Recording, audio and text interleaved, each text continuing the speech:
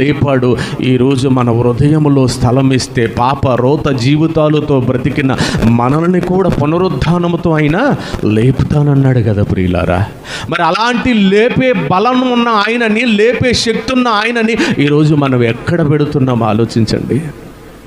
ఆయన భూమి మీద 3.5 సంవత్సరములో ఎక్కడా కూడా బ్రతికిన తర్వాత ఏం చేశారయ్య అనేది ఆలోచించగలిగితే మనకున్న సమయమే చాలా తక్కువ. నేను బ్రతికేది 3.5 సంవత్సరాలే, నా తండ్రి నాకు అప్పగించిన పనిని నేను పూర్తి చేయాలి అని ఆయన ప్రతిరోజు ఎక్కడ అనేది ఆలోచించగలిగితే ఆయన నిత్యము దేవుని ఆలోచనలో వెళ్ళిపోయాడు కదండి.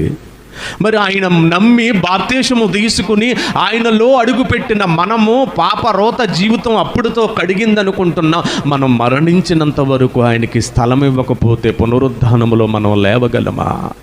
పుట్టిన ఆయన మన జీవితంలో పుట్టాలి, పుట్టిన ఆయన మన శరీరములో పుట్టాలి, పుట్టిన ఆయన మన తల మొదలుకొని పాదాల వరకు ప్రతి అవయవాలలో ఆయనలాగా మనం బ్రతకగలిగితే ఈరోజు భూమి మీద మన జీవితం క్రీస్తు జనన మరణ పునరుద్ధానములో మన బ్రతుకును మార్చుకునే అవకాశాన్ని ఆయన ఇస్తున్నాడు కదయ్యా.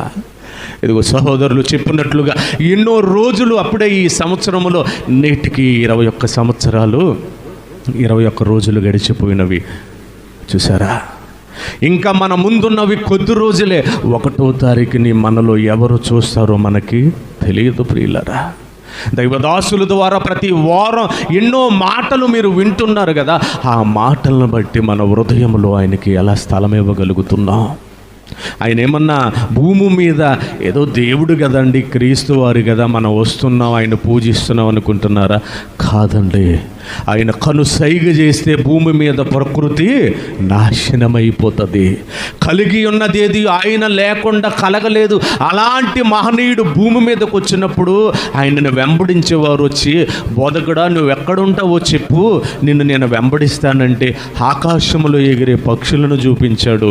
వాయి గూళ్ళు కట్టుకుంటున్నాయి అన్నాడు. నక్కలను చూపించి వాటికి బొరియలు ఉన్నాయి. మనుష్య కుమారుడు తలవాల్చుకోవటానికి స్థలము లేదు. ఏమంటే పరలోకాన్ని విడిచిన క్రీస్తుకి భూమి మీద తలవాల్చుకోవటానికి స్థలము లేదంటున్నాడంటే ఏంటి ఆ మాట? ఆయన ఎన్నో ప్రాంతాలు తిరుగుతున్నప్పుడు కళ్ళ ముందు అంత ఖాళీ స్థలం ఉన్నా, అన్ని మేడలు మిద్దులు ఉన్నా మరి స్థలము లేని పరిస్థితి ఏంటి? ఆయన ఏ స్థలము లేదంటున్నాడు. నన్ను వెంబడిస్తే నేను వస్తాను అంటే స్థలము లేదు అంటున్నాడు. అంటే దాని అర్థం ఏంటో తెలుసా? వీళ్ళందరూ వస్తున్నారు, మీరు రొట్టెలు తిని తృప్తిపరిచి వెళ్ళిపోవాలనుకుంటున్నారు తప్ప మారు మనసు